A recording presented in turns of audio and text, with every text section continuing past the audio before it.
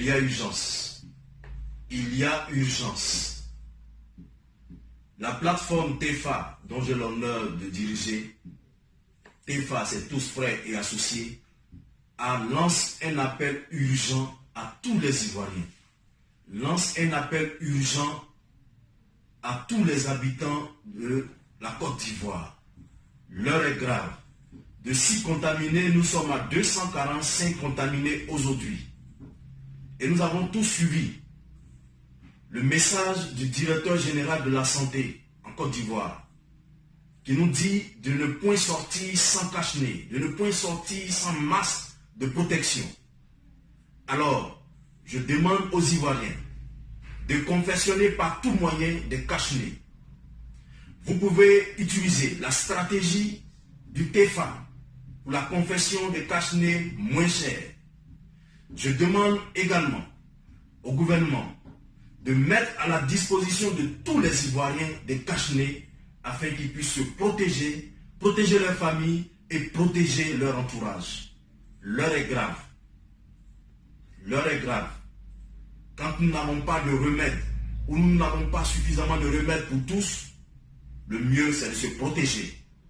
Je demande donc aux Ivoiriens de s'organiser et de confectionner des cache-nez. Il est inévitable que nous avons besoin des marchés pour pouvoir manger. Nous avons besoin d'aller au marché pour acquérir des denrées alimentaires. Mais n'allez point dans les marchés sans être protégé. C'est le devoir du gouvernement de mettre à la disposition de tous nos mamans, de tous ceux qui pratiquent les marchés, des masques de protection. Nous demandons également que le concours de tous les Ivoiriens qui peuvent confectionner des cache-nez, qui peuvent confectionner des masques de protection, soit demandé. Et que tous ensemble, nous devons nous lever pour confectionner des cache-nez sans attendre que le gouvernement nous apporte forcément un appui.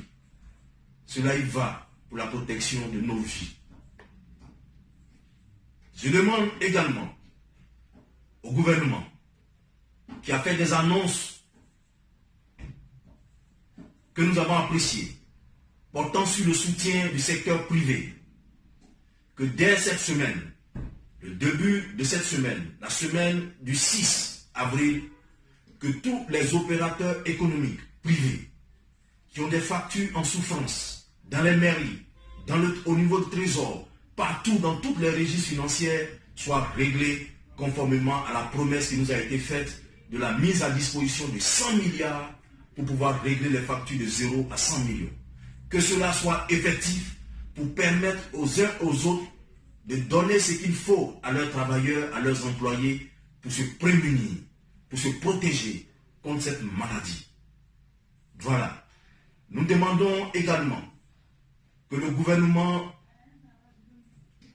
ouvre en ce moment même des discussions avec le secteur privé pour revoir nos systèmes économiques. Cela s'impose à nous. Cela s'impose à nous.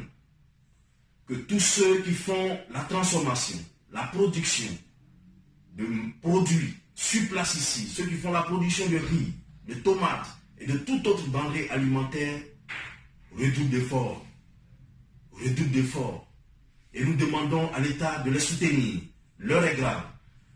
Les uns et les autres annoncent une guerre. Et nous pensons que cette guerre doit être gagnée ensemble. Je demande aux Ivoiriens de taire toutes leurs divergences.